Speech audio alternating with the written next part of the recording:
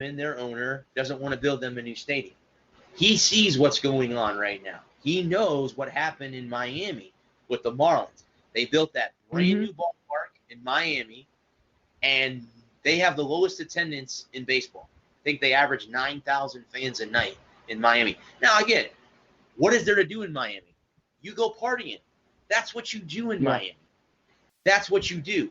You don't go to a baseball game. It's not a baseball town. It's a football town. It always has been with the Dolphins. Yes, I know the Marlins won the World Series, but it's always been the Dolphins and the Kings. So why is it that you would think that baseball would work there? It just doesn't. It's not a baseball town.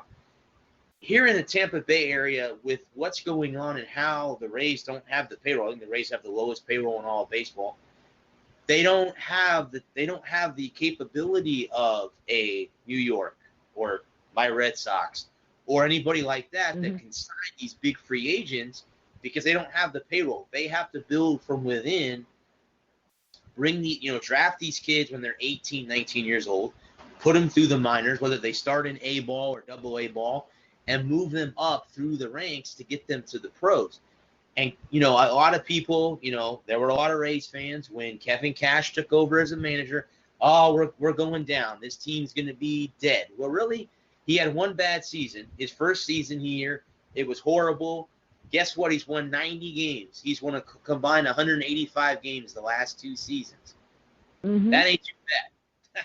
That is not too bad for a guy who doesn't have a lot of, for a team that can't spend a lot of money to bring in high free agents, and they still seem to find a way to win. So to me, as a Red Sox fan, and the Red Sox are in shambles. We got rid of our general manager. They're facing luxury tax. We could lose Mookie Betts. We could lose Gonzalez. Adrian. We're might lose him or both of those guys because of that. So who knows what the Red Sox are going to look like next season? I don't even know because they're in shambles right now. We had the World Series hangover because we won the World Series last year. Didn't make the playoffs this year. The Yankees won 100 games this year. So that's a scary thought to say that, our rival won. And Lou isn't on my show right now, but I'm sure he's not happy right now because his Yankees got taken out by the Astros. But Did you see that this is the first time since 1920 that they haven't made a World Series? Who's that? First decade. Oh, you're talking about the Yankees? Yeah. You see that? This is the first time since what? I didn't quite catch that. What would you say? This is the first decade that they've missed a World Series since the 1920s. Oh wow! Oh okay. Oh, the first decade. So they didn't go to the World Series in the last 10 years. Wow, yeah. I did not know that. I did not know that. I hadn't seen that, huh? Yeah. I did not know that. Okay, right. I did not. From 1910 to 1920, they missed the World Series. For every they didn't make a World Series at all. For every decade, they made at least one World Series. Right. 1920 through 2010, they made a World Series in every single decade. And they've won the most championships of any franchise ever. They've won 28 World Series. Yeah, they've won 28 World Series. I think the next one I think is Montreal. The Canadiens won 20 Stanley Cups. They're one of the original 6 teams, so that makes a heck of a lot of sense. But then I think Boston in basketball, the Celtics have 17 titles, and then of course it's tied between the Steelers and the Patriots in the NFL with 6. So it comes down to I did not. That's good. That's a good fact. I did not know that this was the first decade since the 1920s that they had not made it to the World Series. Wow, that's interesting. Yep. I did not know that.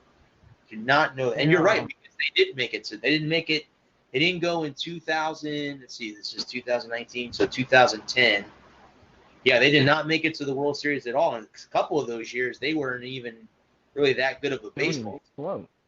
Yeah, there was a couple of years they weren't even really in the thick of it when it all came down to being there. Of course, that makes me happy because that's my rival and they could burn in flames for all I care. And I'm just joking, But I mean, they could, that's it. They could disappear off the face of the planet. It wouldn't hurt my feelings any.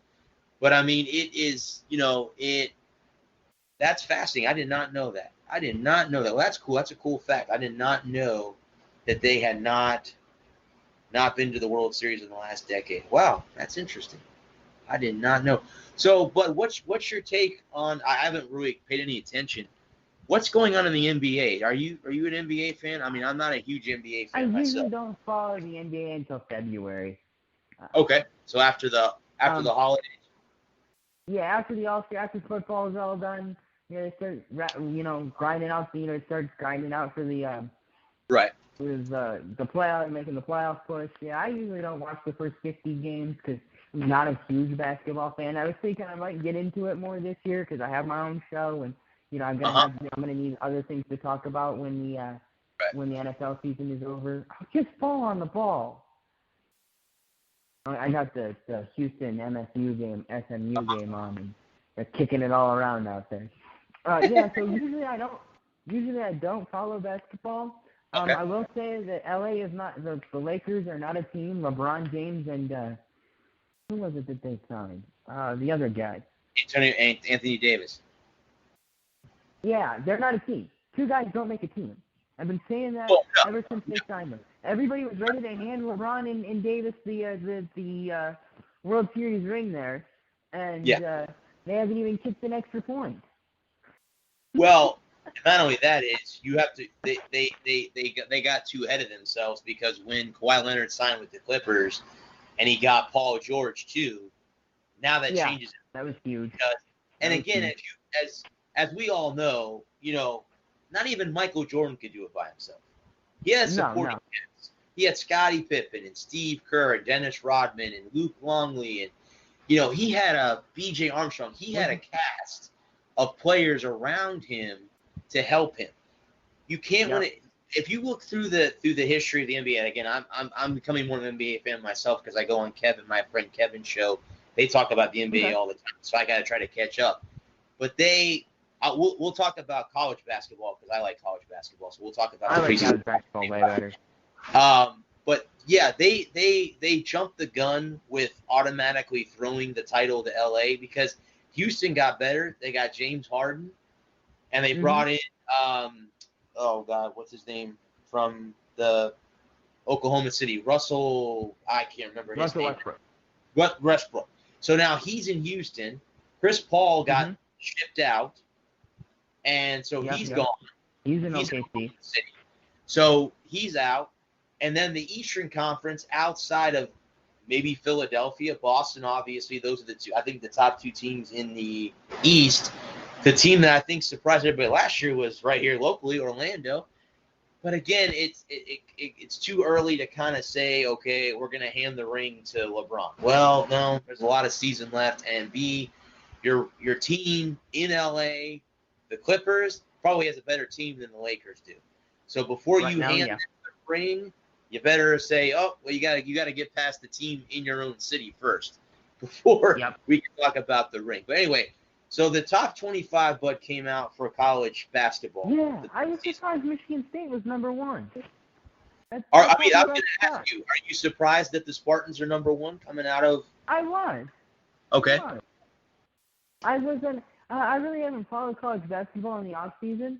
I love college basketball. I think it's better than the NBA. I do too. I agree. One thing about college sports that I like better than pro sports is that there's so many more games. There's so many more teams. The NFL needs to expand to 130 teams, so I can have games from 9 a.m. till midnight. Well, I'm sure the NFL is thinking about that because they can make more money. Right. I just like the college basketball brand better. I like the 220-minute halves. It's a shorter game. I think and then there's nothing. There is outside maybe the Masters and Daytona, the 500 and the Indianapolis 500, and a Game 7 Stanley Cup, sudden death overtime. I don't think there's a better sporting event than the March Madness. March Madness, yeah. There's a lot of people that predict it to be up to the top for every year. if I had to pick a March Madness NBA game or a Super Bowl, I wouldn't. If it wasn't the Patriots, I'd probably watch the March Madness game. I would say I don't know. I'm a huge football fan, so it will be hard for me to turn from the Super Bowl game. But I'm a huge football fan too. But there's something so special about March Madness. If it came down to March Madness or a NBA game, hands down, I'm watching March Madness. Hands down. Yeah, if I got tickets to, if you said, here's tickets, here's courtside seats to a Pistons game, or game a playing game for March Madness. I'm going to March Madness every time. Yeah. Yep. I would be the same thing. I would be the same. I would say the same thing.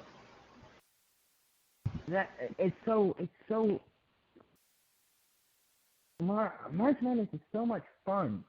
Yeah. Yes, it is. Well, and as soon as we turn the calendar to say January or February, when it's getting close, then you start to see, who the experts are on ESPN, who they have on the bubble, and you're like, okay, hopefully my team's not a bubble team, and if they are, they're predicting them to get into the tournament rather than be the outside team. So yeah, it's very, very interesting, to say the least, that they. It's an exciting event because, and on top of that too, the other thing that makes it exciting to me is that you have a team that you've never heard of in your life. Some small school out of nowhere comes into the tournament and wins a couple games, and all of a sudden they take out a big school like a Michigan or a Florida or a Kentucky or a Duke, for example, and they take them out, and all of a sudden, now they might win the national championship. And I mean, it's like the George Masons of the world, the Butlers of the world, teams like that that you don't hear a lot of until the tournament comes around, and you're like, oh, hey, this team's not so bad. That's right there, college. This team's not so bad. Yeah. So they have. Who was it? UNCCI or whatever, and NCIS a couple of years ago that knocked off number one, the first 16 seed to win. The first time that they've ever had a 16 beat Virginia. Yeah. Virginia was the number one seed, yep. and they got beat. Yep, they got beat. Yep. And that's what makes college basketball so exciting. Is that right there? I love college basketball, and I've been known to turn on a college basketball. Like, I won't turn on except for Saturday night, and this was a couple of years ago when I'm a huge Steph Curry fan. Okay. I just like how he plays the game. It's fun to watch him play the game. And when so Saturday night Warriors basketball, I was there. I'm there for that. But if I'm flipping channels on a Saturday afternoon in December, and there's not really college football going on, maybe the only college football game is Prairie View State and Appalachian Southern or whatever, and there's college basketball on. I'm like, I'm gonna watch me some college basketball. I like college basketball. Well, and so there's Duke number 2. Kentucky's number 2, but they got Kentucky number 2. I like Kentucky. I think they'll be a tough out. They're always a tough out. They have Kansas at 3. Kansas at 3. They have Louisville at 4. I hate Jake Calipari though. Yeah, Louisville's at 4. They got Villanova at 5. Duke's at 6. Duke's at 6. They have the Florida Gators at 7. That's interesting. They had a kind of interesting year last year. They have Gonzaga at 8, Maryland at 9, Virginia's at 10. They have Texas Tech at 11, Oregon at 12, Seton Hall at 13, the Tar Heels at 14, Utah State at 15, which I, up to this point, haven't really heard much about them. They have Arizona at 16, St. Mary's at 17, Xavier at 18, LSU at 19, Baylor at 20, Memphis at 21, Auburn at 22. They have the Volunteers, Tennessee at 23, VCU at 24, and Ohio State rounds out the top 25. And then they said 5 teams that just missed it would have been Davidson, Creighton, Washington, Colorado, and Marquette are the next 5 that they have listed down that would have made it into the top 25. But that's who they have I mean, again, they predict. Again, they're predicting off of who's coming back, who left.